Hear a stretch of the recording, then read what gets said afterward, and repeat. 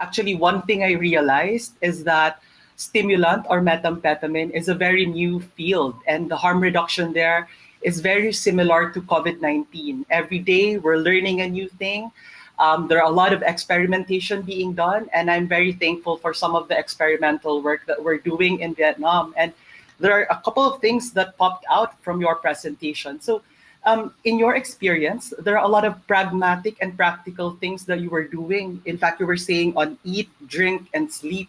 So in short, it's very simple. It's very practical in that sense. Can you talk more about that aspect? Like when a person would use methamphetamine, is it really as simple as telling people to sleep more, eat, and drink? It seems very practical. Yeah, that is very practical, and that is harm reduction. That is, I would call first-hand harm reduction, because it had. I saw on the chart that some people say that in the Philippines, some people use stimulant to suppress hunger. Yeah. When you use stimulant, you don't feel hungry anymore. Yeah. And if you don't feel hungry, you will be malnourished. If you don't eat, so don't eat because you don't have food, or if you don't feel hungry, you are malnourished. And malnourishment plus the hydration, because you don't drink, it will be very harmful for your body, for your heart, for your kidney. It can lead to the heart failure or kidney failure or stroke. So so that is first that. But eat and drink also good for your mental health, to prevent the impairment of your brain. If you are hydrated, it affects your brain as well. So so that is to also, it is to take care of the mental health of the people, and then that will prevent them from going psychotic. Sleep, it's the same thing, and particularly for the brain, for the mental health people. People who are high on drug don't want to sleep. So it's if they take care of that, and when they don't sleep, it affects their daily life. It affects the way they drive. They can on the street, and their life every day when they control a vehicle or a machine, etc. So so that is really harm reduction. Yeah. That's very interesting. One the other aspect I'm looking at is throughout the discussion on this summit, we were able to make a distinction between problematic and non-problematic use, and I guess this also applies on methamphetamine. And it's interesting that in your line of work, you were able to identify a portion of the population of people who use drugs who might have some problematic issues, right? In our experience in the clinics also, of course, when we get a person who comes in with specific illness, we will assume that a large population would be reflecting such a problematic use. But in general, how would you say is your experience with people who use drugs who do not have these problematic characteristics? Let's say, for example, because in the Philippines, there are many people who use drugs, such as methamphetamine, who use that for working longer hours, or they usually belong to an informal population, and they use it as a stimulant so that they can be awake and then they can perform and function well. So these type of population very different from the patients that we get in our service facilities and centers. So how would you say is harm reduction in that area for that vast majority of population which see functional use on methamphetamine? How would you say harm reduction would be for them? How would it look like in terms of services or programs? So there is a fine line between the recreational use or functional use and problematic use. One of the things that we want to do for our client is that for them to be aware of their use. So they should be aware of their level of use and how it affect their life. That's Many people, and there's a ATS dependent scale that we can use to assess people, or people can use it to assess themselves to see what is their level of use. Does it affect their life? Does it affect their sleep? Does it affect their function? Sometimes people just use it and say, oh, okay. When we do a survey, many people that already have a moderate or severe level of use, they still think that they are okay. They think yeah, that they can control. right. So using a tool to assess and using that evidence to tell them that actually is may not be as controllable as you think. Yeah, So I think but harm reduction is for everyone. right. And the first harm reduction is that if you sleep, you drink, you eat enough, you most of the time you be and you are aware of your use. Um, how much of people know how much they often use, how much is okay for them. But the people who have a tolerance, who have tolerance, tend to go more than that. And if they are aware of that, then they will control their use, and that is also harm reduction. Thank you, Dr. Owan. There's a related question here from one of our audience, actually from Audrey. She's asking about crystal methamphetamine and dependence rate. I guess we have to contextualize this question because, as we've also learned so far from the global data report, 87% of people who use drugs do not really show any drug dependence. How would you describe it in terms of people who use drugs? Is this something that you observe, or how about the communities that you work in relation to methamphetamine? What's the experience like? Um, so many people who use drug are not dependent. And I think if you look at the dependence level, or the ability to induce dependent of drug, heroin is the number one. So heroin, when people use heroin, will become more likely to become, or faster to become dependent. But methamphetamine, you can become dependent of methamphetamine as well. The experience from Australia, and I think I see that from Vietnam, although we don't do a research to be able to prove that. In Australia, the research show that from the time that people use to the time that they become dependent, on average, of course, depending on the people, is 2 years. So it takes 2 years. If you use, have no intervention, no control, nothing, then you will become dependent up to about 2 years. Mhm. And the sign that you become dependent is that you use more than once a week. So if you use once more than once a week, that is the sign that you start to be dependent. So other than that, you can have a sort of what you call functional use to be awake. Some of our young people use it because they play game, the computer game. So using stimulant make them awake, and they are not tired, and they think that they think quicker, faster, then they play game better to play game. Yeah. But as long as if they are not aware of their level of use, they can become dependent.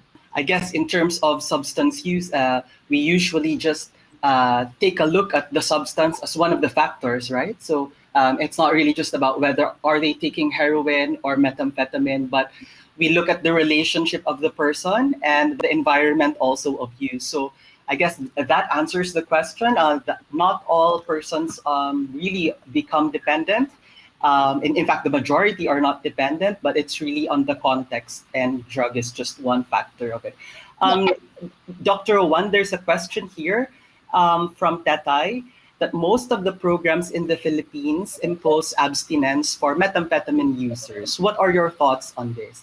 I guess this goes directly also to another question because there's a question on what's the role of the family families of persons who use drugs and harm reduction. So, in terms of the responses, if it's not just abstinence, what are your thoughts on it, and what's the role of the family?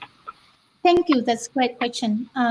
Actually, many parents contacted me when they discover that their child is using drug, and they was panicking. They didn't know what to do. Of course, there are parents who lock their children up. They beat their children up. There are parents who call the police to arrest their children so that because they hope that by lock up the kid in a place they wouldn't be afraid. They will no longer in the environment of a detention center or prison. There's no drug and they will become clean after.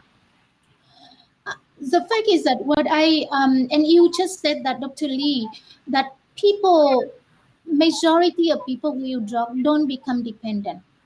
So the factor that make a person continue to use up to the level that they dependent, that we need to take into account, those factors are the key if you don't want the kid to become dependent. Right. So what I often explain to the parents that if you push the kid away from you, if your son or daughter they lie to you that they go to school, but in fact they don't go to school, they go to your drug, that you are so upset because they lie to you and because they you drug. But what you should see is that the positive thing is that they lie to you because they still want to please you. They still care about you and they still want to be a good child. So seeing it from that angle and encourage them to be connected with the family and to live with their dream is the one that we should stimulate, other than trying to stop their using drug by punish them, by shouting at them. Right. But at the same time, since we live we live in an environment where drug use is illegal, and the people who are caught using drug can have a very bad consequence for their future that need to be taught to the children as well. So I would usually advise the parent to speak to the children, to their children, usually teenager or in their early 20. Two things. One is about harm reduction. Make sure that they eat, they drink, they Right. sleep, they control their use. The other things is about the legal aspect of it, so that they are aware and they can make the decision for themselves. But Right. on top of that, and most importantly, I encourage the parents to stay connected with the kid. Don't let them have to run out from the family. Once the time that they don't go back home to sleep, the time that they don't even want to lie to you anymore, say, okay, I use drug, then what? Then it would be more difficult. So connection, family connection is hugely important. So That's right. yeah. Yeah, that's very beautiful, Dr. Wan. We've also seen this in many families, also, and even in our communities, that if we stop thinking about drug use as the main issue, but it's about building the connection, making sure that the person is safe, eating well, drinking well, then that goes to the very core of harm reduction, which is about taking care of the person and making sure that the person is alive. Dr. Wan, there's one question here.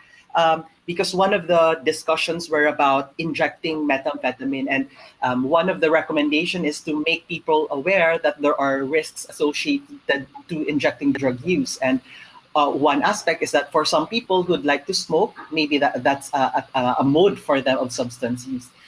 Would you say, what is your experience on needle syringe programs in the context of methamphetamine users? Is it something that's also workable and effective?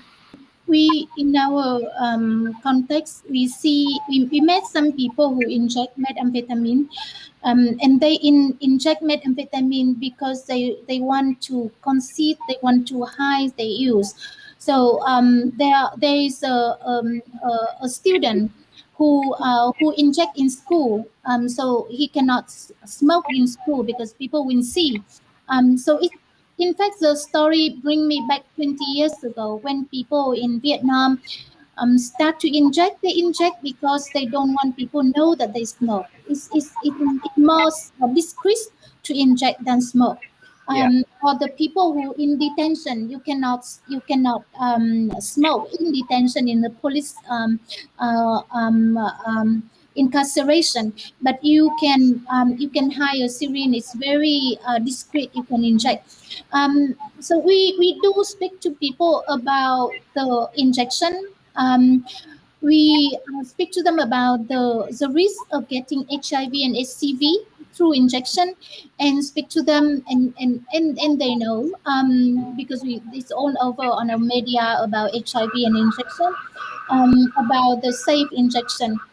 But also, interestingly, it's also about the culture of the people who you drug. In the past, in Vietnam, sharing a needle between the two or more, between drug user, was considered as a sign of trust. So we trust you, we share with you. Now it's considered as being mean, being dirty. So people, because of that culture of not being dirty, not being mean, that people don't share. Of course, in addition to the awareness about HIV and so on. So yeah, so I think we at the moment in Vietnam, in the drug user community, sharing is not a desirable behavior anymore. Yeah. Yeah, and I think they are aware of that. There are a couple of more questions that I'll address. And actually, I note that in the chat box, Father Roberto de la Cruz posted an interesting question. Father, if you want to click the raise hand button, you can actually join us and give your question in person. But before that aspect, just to give you more time, there's one more question here from the Q&A. How's the experience so far in harm reduction and COVID-19? Has it impacted the programs that you have in SCDI? Yes, it does. It's people. So I had to. I think we are still lucky because we don't have a lot of COVID case in Vietnam so far. So far, we have less than 4,000 case, and we are life is almost normal. We have some lockdown, but not so much so bad. So we still on travel, so it's okay. But there are certain periods of lockdown, and there's some restriction in certain time, certain area, and that affect our outreach activity. But at the same time, outreach worker are smart, and also because stimulant people, many of them are also like a tech savvy or connect on the internet, connect on the smartphone or telephone. So they can still stay connected, but it's more difficult. Yeah, outreach is sometimes impossible, sometimes more difficult. Thank you. There's one question here also from Mr. Jesus.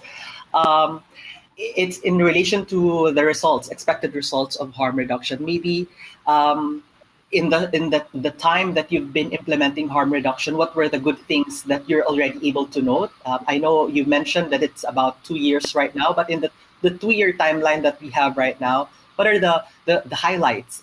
If you pick maybe top 2 or 3 expected results and benefits of harm reduction, what would those things be?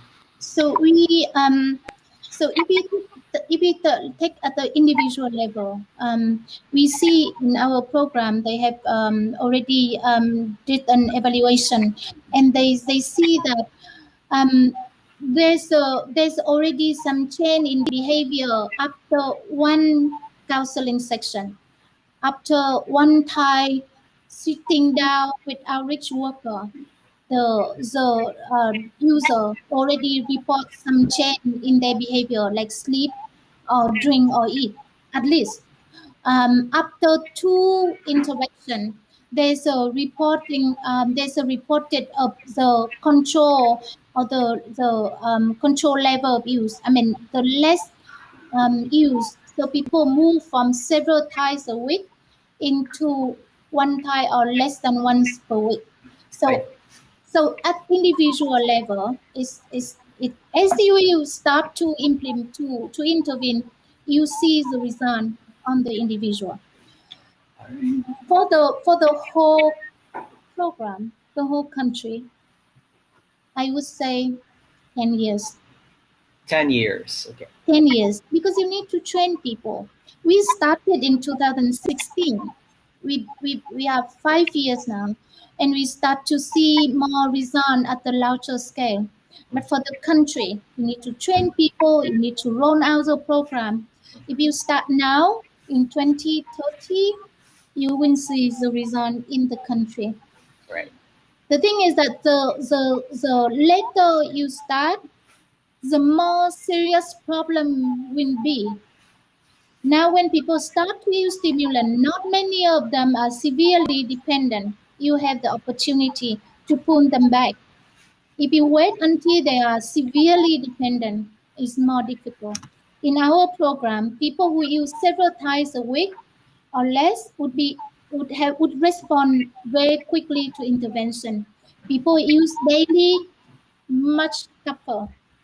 I see. Okay, so it's really a range of realities, and depending on where the person is at. We're down to our last question. There are some questions that I may have missed. I invite you all to join us in the booths for further discussion. But maybe a last question from Father Bobby de la Cruz. He's asking, basing from the principles of harm reduction, should drugs be legalized?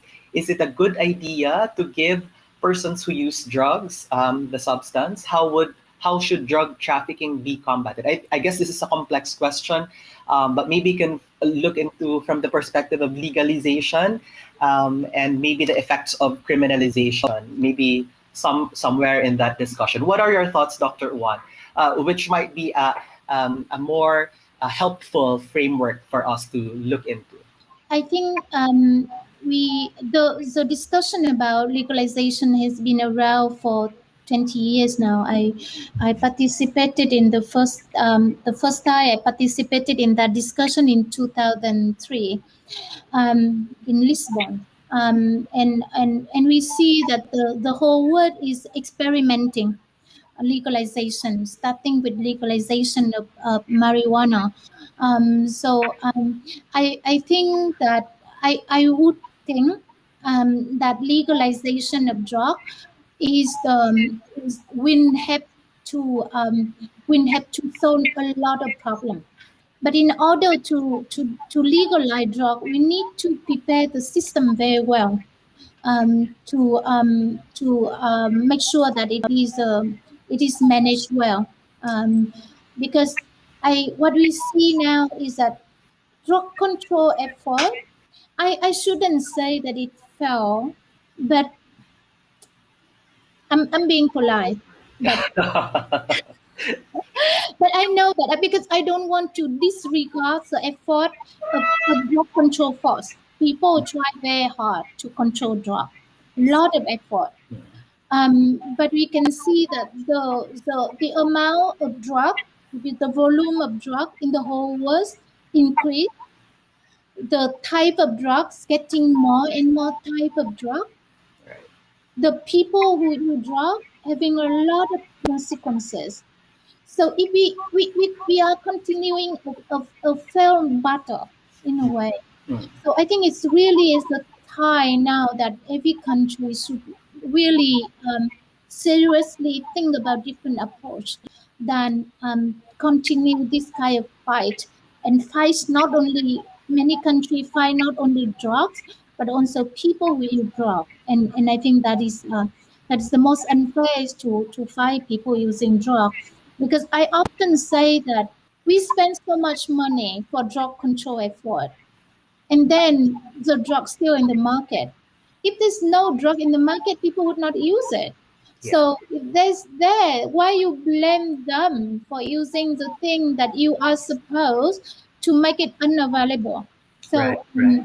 Yeah, but it's a big question, and thank Yeah, you, Father, for raising it.